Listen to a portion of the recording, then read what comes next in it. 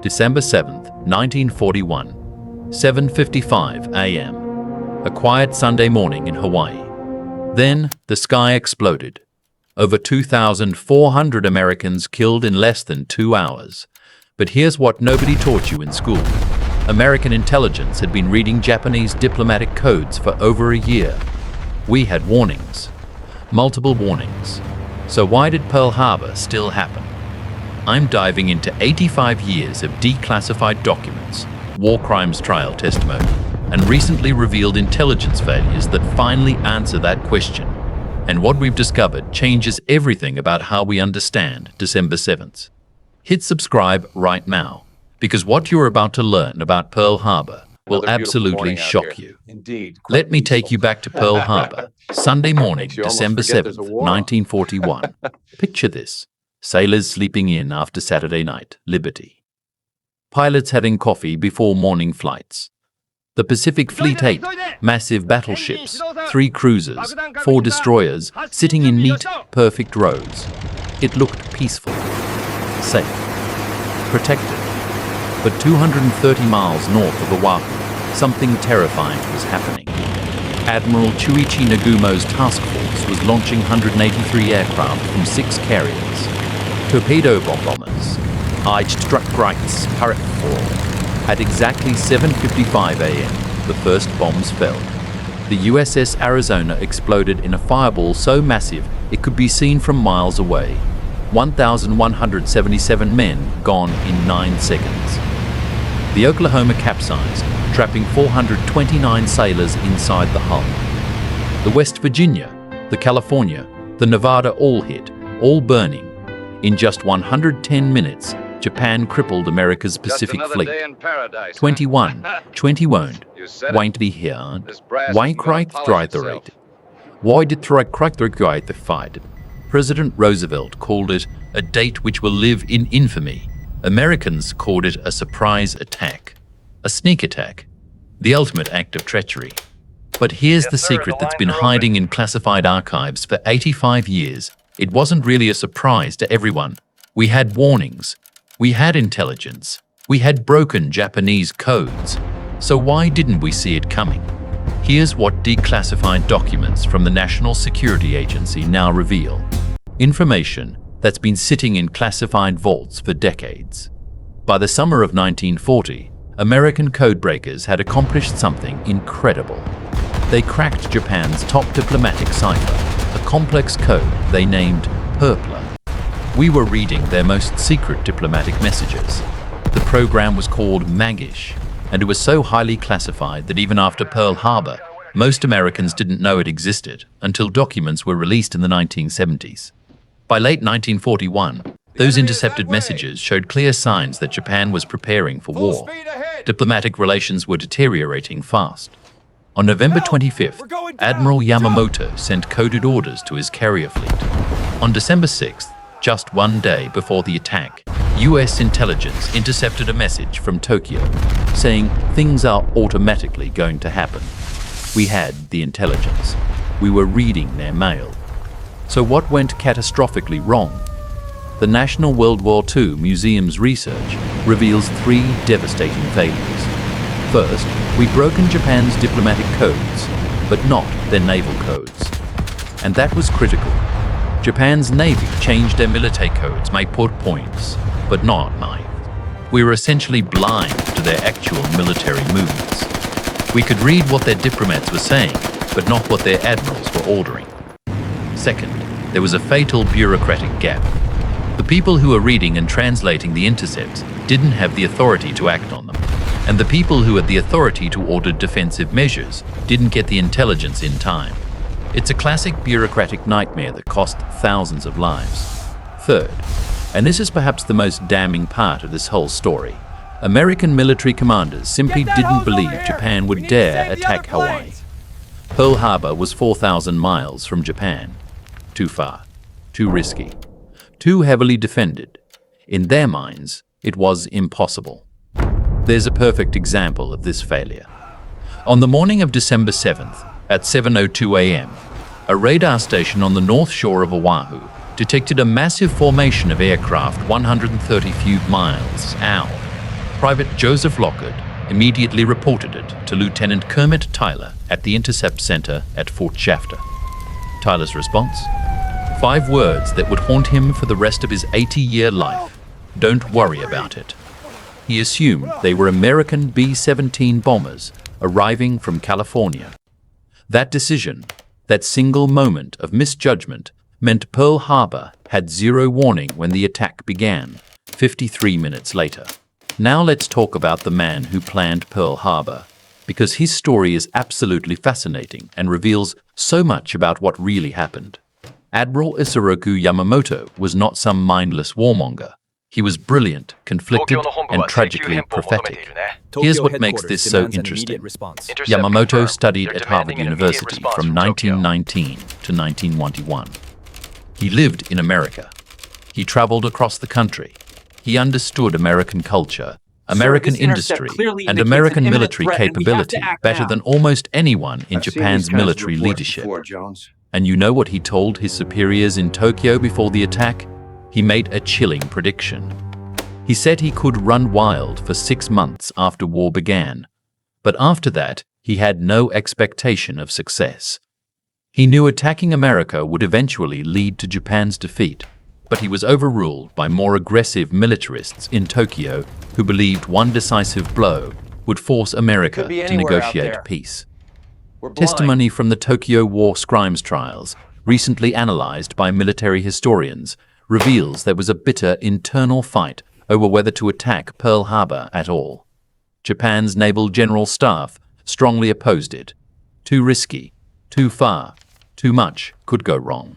They wanted to focus on Southeast Asia, capturing oil fields in the Dutch East Indies, rubber plantations in Malaya, strategic positions in the Philippines. That was the conservative strategy. But Yamamoto pushed back hard. His logic was actually sound from a strategic perspective.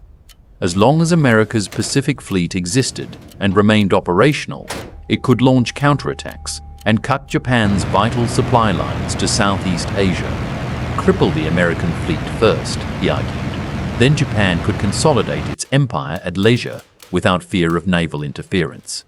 The debate got so heated that Yamamoto threatened to resign unless they adopted his plan. And that threat worked. The Navy leadership didn't want to lose their most talented admiral right before a major war, so the Naval General Staff agreed to test the plan. In September 1941, they ran elaborate war games in Tokyo.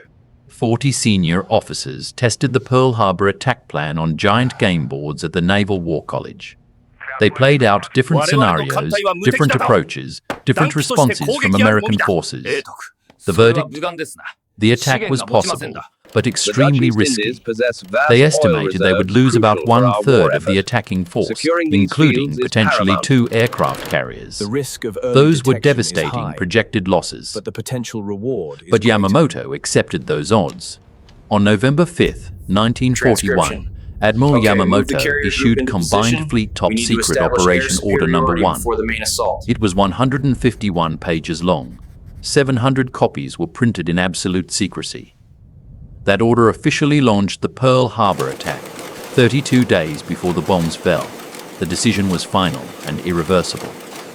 So here's the real secret that's been buried in classified archives for 85 years.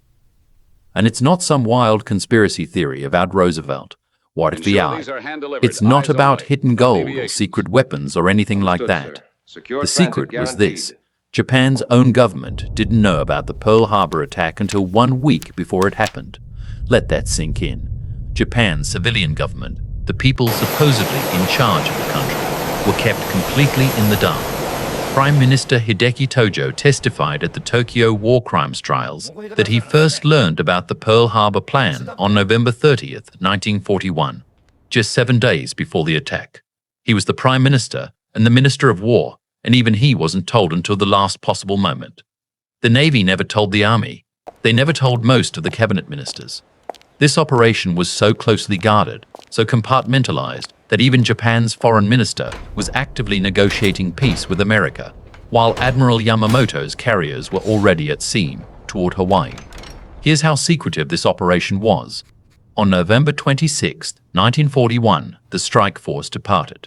6 aircraft carriers, This the route, Akagi, gentlemen, is our only Kagi, viable option. With Hiryu, all due Soryu, respect, Commander, it's a Shokaku, and suicide Zuikaku, mission. It's a 2 fast calculated risk, battleships, one we must 3 take. cruisers, 9 This is not destroyers, just a plan, supply it's our only ships, way forward. the most powerful naval task We force must seize Japan this had ever moment. assembled.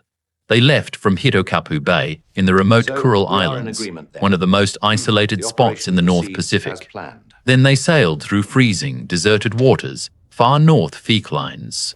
They maintained absolute radio silence for 11 days. Not a single transmission. But here's the clever part. Their regular radio operators stayed behind in Japan, continuing to send routine messages from bases in the inland sea. This created fake radio traffic that made American intelligence think the carriers were still in home waters. It was an incredibly sophisticated deception operation, and it worked perfectly. On December 2nd, Admiral Husband Kimmel, the commander of the Pacific Fleet at Pearl Harbor, sent a report to Washington. It contained one of the most ominous sentences in American military history. We don't know the location of 4 Japanese aircraft carriers. At that moment, those carriers were just 5 days away from Hawaii, closing in at high speed. The task force refueled 400 miles north of Oahu on December 6th. That's when the pilots were finally told their target. Can you imagine that moment? 11 days at sea in radio silence, not knowing where you're going, and then being told you're about to attack the American Pacific Fleet. At 6 a.m. on December 7th, 230 miles from Pearl Harbor, the first wave of 183 aircraft launched from the carrier decks. Commander Mitsuo Fuchida personally led the attack. At 7:53 a.m., just 2 minutes before the bombs fell, he radioed back to the fleet. The most message it's in Jogropacharayalali fitted with wooden Tora, fins, allowed for effective shallow water Tiger, attacks. Tiger, A key the code innovation for phrase, the upcoming meaning operation. they had achieved complete tactical surprise. Here's the part of the Pearl Harbor story that's fueled conspiracy theories for decades, and we need to address it directly with the historical facts. On December 7th, Pearl Harbor had 8 battleships. The Arizona, the Oklahoma, the Nevada, the Pennsylvania, the Maryland, and the Tennessee. They were all there, sitting in neat rows, and they all got hit. But Pearl Harbor had 0 aircraft carriers that morning, not one. The Enterprise was returning from delivering aircraft to Wake Island. The Lexington was on a similar mission to Midway. The Saratoga was undergoing maintenance in California. This has led some people to claim that President Roosevelt deliberately moved the carriers to safety while leaving the battleships as bait. The theory goes that Roosevelt wanted the attack to happen to force isolationist America into World War II, so he made sure our most valuable ships were safely at sea. Historians have thoroughly, completely debunked this conspiracy theory. The carriers weren't at Pearl Harbor because of routine operations. They were delivering aircraft to outlying island bases, which was a regular peacetime activity. It wasn't a conspiracy. It was just luck. Terrible luck for the battles. Incredible luck for the carriers. But here's the real historical irony that makes this story even more fascinating. Japanese battle plans from the war crimes trials show that Admiral Yamamoto desperately wanted to sink those carriers. Aircraft carriers, not battleships, were the future of naval warfare, and Yamamoto knew it. The battleships were secondary targets. When the first wave of pilots returned to the carriers and reported that all 3 American carriers had escaped, Japanese commanders were devastated. They'd achieved tactical surprise. They'd sunk or damaged 8 battleships. They'd killed over 2,400 Americans. But they'd missed the Navy's most strategically valuable assets. Commander Mitsuo Fuchida and other officers argued for launching a 3rd wave. They wanted to destroy Pearl Harbor's massive fuel storage tanks and the repair facilities. If they'd done that, it would have taken years for America to rebuild operational capability in the Pacific. But Vice Admiral Chuichi Nagumo, the task force commander, refused. He'd achieved surprise, inflicted massive damage, but now American land-based aircraft were searching for his fleet. He didn't know where those 3 carriers were, and he feared they might be preparing to counterattack. So he ordered the fleet to withdraw. That decision not destroying Pearl Harbor's infrastructure and fuel supplies meant America could rebuild much faster than Japan anticipated. The repair docks worked around the clock. Within months, several damaged battleships were back in service. And those 3 carriers that escaped? 6 months later, in June 1942, they ambushed the Japanese fleet at the Battle of Midway. American dive bombers sank 4 Japanese carriers in one day. 4 of the 6 carriers that attacked Pearl Harbor, the Akagi, Kaga, Hiryu, and Soryu, all destroyed. Japan's offensive capability in the Pacific was shattered. Admiral Yamamoto's 6-month prediction came true almost to the day. After Pearl Harbor, Washington needed answers. How did this act harbored? Who was responsible? Could it have been prevented? So they launched investigations. Not 1 investigation, not 2. 8 separate investigations over 4 years. 8. Admiral Husband Kimmel and General Walter Short, the Navy and Army commanders in Hawaii, were immediately relieved of duty. They became the scapegoats for the disaster. Their careers were destroyed. They spent the rest of their lives arguing they'd been unfairly blamed for systemic failures beyond their control. And you know what? They were partially right. The congressional hearings in 1945 and 1946 revealed something much uglier than individual command failures. They revealed systemic intelligence failures at the highest levels of government. Failures that people in Washington really didn't want to talk about. Here are the facts that came out. Army intelligence and Navy intelligence agencies didn't share information with each other. Intercepted Japanese messages sat on desks for days without being translated because there weren't enough Japanese language experts. Critical warning messages were sent by commercial Western Union telegram because someone wanted to save money on secure military cables. A warning message was actually sent from Washington to Pearl Harbor on the morning of December 7th. It said an attack might be imminent, but it was sent by commercial telegram to save costs, and it arrived at the Pearl Harbor telegram office after the attack had already started. A teenage motorcycle courier was trying to deliver it when bombs started falling around him. But here's the deeper secret that the government kept classified for decades. I stand by my record. American leaders had fundamentally underestimated Japan. And racism played a significant role in that underestimation. But ultimately, many U.S. military officials believed Japanese pilots couldn't fly as well as American pilots. They believed Japanese torpedoes wouldn't work properly. They believed Japanese military planning was inferior, derivative, unimaginative. This racial arrogance blinded American type. This racial arrogance blinded American commanders to clear warning signs. Ambassador Joseph Grew, the U.S. ambassador to Japan, sent a message to the State Department in January 1941.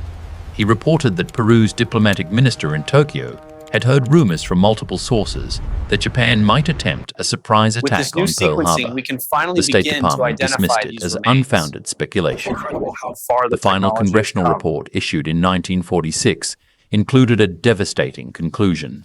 I'm going to quote it directly because it's so important. Had greater imagination and a keener awareness of the significance of intelligence existed, someone should have concluded that Pearl Harbor was a likely point of Japanese attack. The old way meant slow, That's government speak for. We had the information, and we ignored it because we couldn't imagine it happening. So why does any of this matter 85 years later? Why should you care about intelligence failures from 1941 when we're living in 2026? Because the lessons of Pearl Harbor aren't just history lessons. They're warnings for right now. For the world we're living in today, in 2026, we're watching US-China tensions steadily rise. Trade wars, military build-ups in the South China Sea, territorial disputes, cyber attacks. It echoes the US-Japan relationship in 1941, in 1949. If we don't learn the real lessons from Pearl Harbor, not the simplified, remember the fallen lesson, but the actual hard lessons about intelligence failures, bureaucratic dysfunction, underestimating adversaries, and how diplomatic failures lead to military catastrophes, then we risk repeating the same mistakes with even more devastating consequences. There's a project happening right now called Operation 85. It's using modern DNA forensic technology to finally identify unknown sailors from the USS Arizona. For 85 years, these men have been buried as unknowns. Now, finally, families are getting closure. Real names are replacing unknown. As we honor these men and bring them home, we also need to honor their sacrifice by learning everything we can about preventing future Pearl Harbors. That means actually listening to intelligence warnings, sharing information between agencies instead of hoarding it, never underestimating potential adversaries based on cultural bias, and understanding that war isn't inevitable. It's the result of specific choices made by specific leaders who sometimes catastrophically fail to imagine the consequences of their decisions. After Pearl Harbor, codebreaker Joseph Rochefort felt personally responsible for failing to predict the attack. He had been running the intelligence unit at Pearl Harbor. He'd been tracking Japanese naval movements, and he'd missed it. Their memory endures in the heart of this nation. So Rochefort worked day and night, barely sleeping, breaking Japanese naval codes. His team finally cracked the code designated JN-25. By May 1942, they were reading Japanese naval communications. And that's when they discovered something huge. Japan was planning a major attack on Midway Island. Rochefort convinced Admiral Nimitz to set a trap. American carriers waited in ambush. When the Japanese fleet arrived, American dive bombers struck first. 4 Japanese carriers sunk in one day. It was the turning point of the Pacific War. That victory came directly from learning from Pearl Harbor's intelligence failures, from taking warnings seriously, from imagination and preparation instead of dismissal and complacency. The secret Japan kept for 85 years wasn't a single bombshell revelation. It was layers of planning, internal military conflicts, sophisticated deception operations, and intelligence warfare that we're only now fully understanding through declassified documents and war crimes trial testimony. The secret America kept was equally complex. Our own catastrophic intelligence failures, the warnings we ignored, the racial prejudices that blinded our commanders, and the bureaucratic dysfunction that cost 2,403 American lives on a quiet Sunday morning in Hawaii. This route, gentlemen, Every is our December only viable 7th, option. With we all due remember respect, Pearl Commander, Harbor. It's a We suicide honor mission. the It's a fallen. calculated risk, We honor one we the must fallen. We should absolutely do that. But remembering isn't enough. We need to understand what really happened, learn from those mistakes, and apply those lessons to today's increasingly dangerous world. We understand your reservations. That's how we truly honor those position who is firm. died. Drop a comment and tell me what surprised you most about this story.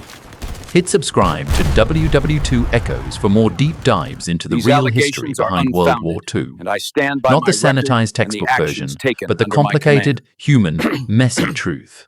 We took Because every understanding defensive measure real possible history, given the with all intelligence, its failures, but ultimately, the miscalculations, system and itself missed was not opportunities, prepared for this is how scale of we event. avoid repeating it. Thanks for watching. Stay curious. Stay informed. I'll see you in the next one.